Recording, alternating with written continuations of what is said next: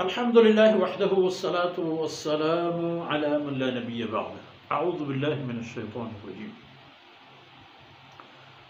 ما كان على النبي من حرج فيما فرض الله له سنة الله في الذين خلوا من قبل وكان أمر الله قدرا مقدورا الذين يبلغون رسالات الله ويخشونه ولا يخشون أحدا إلا الله وكفى بالله حسيبا وكفى بالله حسيبا. گرامی قدر بھائیو بہنوں اور پیارے بچوں، ما كان على النبی من حرج فيما فرض اللہ له، جو کچھ اللہ نے اپنے نبی پر فرض فرمایا ہے، جو قوانین مطلق فرمایا ہے، اس میں اللہ نے اپنے نبی کو آسانی بھی دی ہے.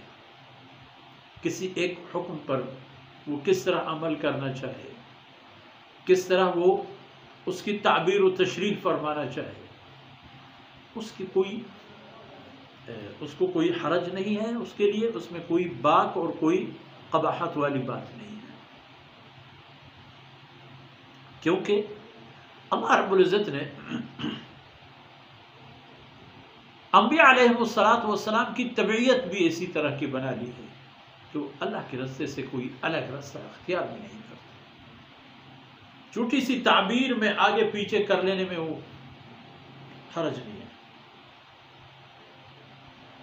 اور انبیاء علیہ السلام کے لیے یہ رعایت سنت اللہ فی الذین خلو من قبل، جناب محمد رسول اللہ صلی اللہ علیہ وسلم سے پہلے جو حضرات انبیاء علیہ السلام تشریف لائے اور دنیا سے اپنے معاملات، اللہ کے احکامات کی اطاعت و اشاعت کے جو فرائض تھے وہ نبھا کے اپنے ان مقامات پر منتقل ہو گئے جہاں اللہ رب العزت نے اپنی رحمتوں سے ان کا مستقبل مقدر مقرر فرمایا تھا.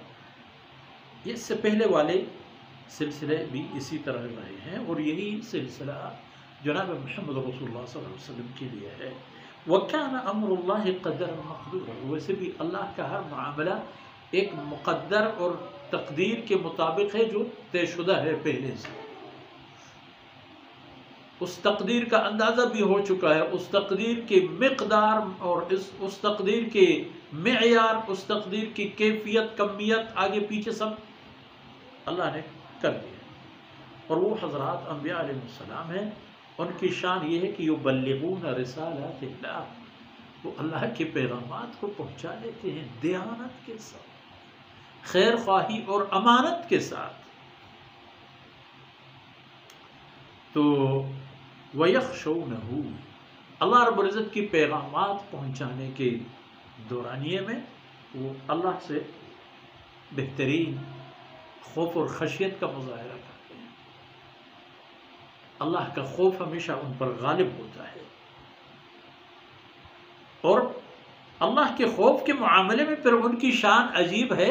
وَلَا يَخْشَوْنَ أَحَدًا إِلَّا اللَّهِ، اور وہ اللہ کے علاوہ کسی سے ڈرتے بھی نہیں ہیں کسی بھی معاملے میں. اب جناب رسول اللہ صلی اللہ علیہ وسلم کو حضرت زینب رضی اللہ عنہ کے معاملے میں دیکھیں، حالانکہ آپ صلی اللہ علیہ وسلم کو کتنی تکالیف سے پہلے سے بھی واسطہ پڑتا آ رہا تھا. یہ منافقین پر اسی طرح کی باتیں اگر آشکارا ہو جاتی تو کیسے بتنگڑ بنا لیتے تھے، لیکن حکم تھا کرنا ہے.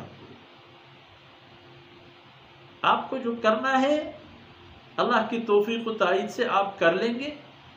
جن کا جو تصور اور ان کا توڑ ہو جائے آپ غم نہ کریں، تو اللہ کے احکامات و پیغامات بھرپور انداز میں پہنچا دیتے، کسی سے ڈرتے بھی نہیں ہیں. وَكَفَى بِاللَّهِ حَسِيبًا، باقی حساب و کتاب و لین دین، کیا سوال کیا جواب، کیا انجام کیا عاقبت، اس کے لیے تو اللہ کافی ہے.